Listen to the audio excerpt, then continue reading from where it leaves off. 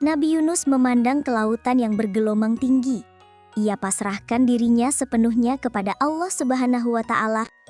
Tanpa menunggu lebih lama lagi, dengan keberanian dan keyakinan akan takdirnya, Nabi Yunus melompat ke dalam gulungan ombak yang ganas itu. Duar!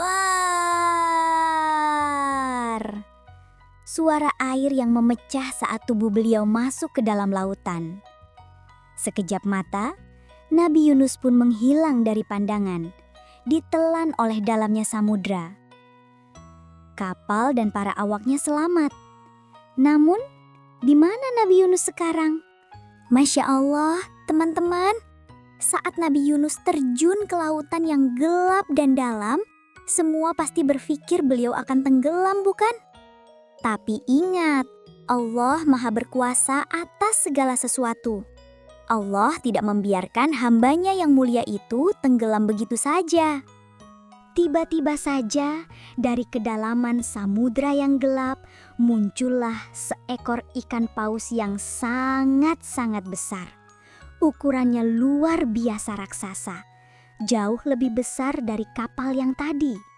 Tanpa disangka-sangka, ikan paus itu menganga lebar mulutnya. Lalu, wush! Ia menelan Nabi Yunus bulat-bulat. Nabi Yunus tidak hancur atau terluka, tapi beliau kini berada di dalam perut ikan paus yang gelap dan luas itu. Sebuah tempat yang sungguh tidak terbayangkan. Teman-teman, bayangkanlah Nabi Yunus saat itu berada di tempat yang sangat tidak biasa. Di dalam perut ikan paus yang gelap gulita, sempit, dan pengap. Keadaan itu sungguh membuat Nabi Yunus merasa sangat sendirian dan ketakutan. Namun, di tengah kegelapan dan kesulitannya itu, Nabi Yunus menyadari kesalahannya.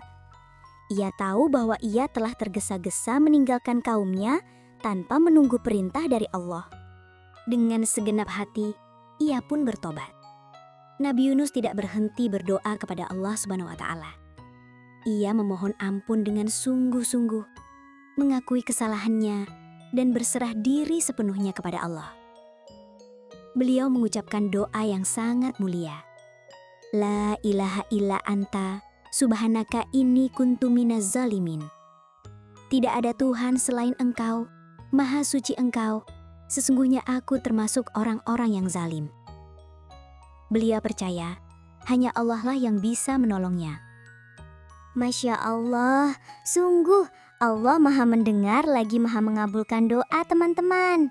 Doa Nabi Yunus yang tulus di dalam perut ikan paus itu didengar langsung oleh Allah. Atas kasih sayang dan perintahnya yang agung, ikan paus raksasa itu pun tunduk. Ikan paus itu kemudian berenang menuju sebuah pantai. Dan tahu tidak, dengan izin Allah, ikan paus itu membuka mulutnya lebar-lebar. Hush! Ia memuntahkan Nabi Yunus keluar dengan sangat lembut tepat di pinggir pantai. Nabi Yunus terdampar di pasir dalam keadaan sangat lemah dan tak berdaya. Tubuhnya kurus dan pucat, tapi alhamdulillah beliau selamat, beliau masih hidup. Setelah menunaikan perintah Allah, ikan paus raksasa itu pun perlahan berenang kembali ke lautan luas, meninggalkan Nabi Yunus sendirian di pantai. Sebuah mukjizat yang luar biasa ya. Nabi Yunus saat itu masih sangat lemah teman-teman. Beliau terdampar sendirian di pantai, tubuhnya kurus sekali, dan beliau merasa sangat haus dan lapar. Sinar matahari pagi mulai terasa menyengat kulitnya yang pucat. Tapi Allah tak pernah meninggalkan hambanya. Dengan kehendaknya yang agung, tiba-tiba saja tepat di samping Nabi Yunus, tumbuhlah sebuah pohon secara ajaib dan sangat cepat. Pohon itu adalah pohon labu. Daun-daunnya yang besar dan lebar langsung membentang rindang, membentuk naungan yang sejuk, melindungi Nabi Yunus dari panasnya matahari. Dan subhanallah, di pohon itu juga langsung muncul buah labu yang sudah matang dan segar. Nabi Yunus pun bisa memakan buah labu itu untuk menghilangkan lapar dan dahaganya. Allah benar-benar Maha Penyayang ya. Teman-teman, setelah beberapa waktu lamanya, tubuh Nabi Yunus akhirnya pulih sepenuhnya berkat pertolongan Allah. Beliau kini sudah sehat dan kuat kembali.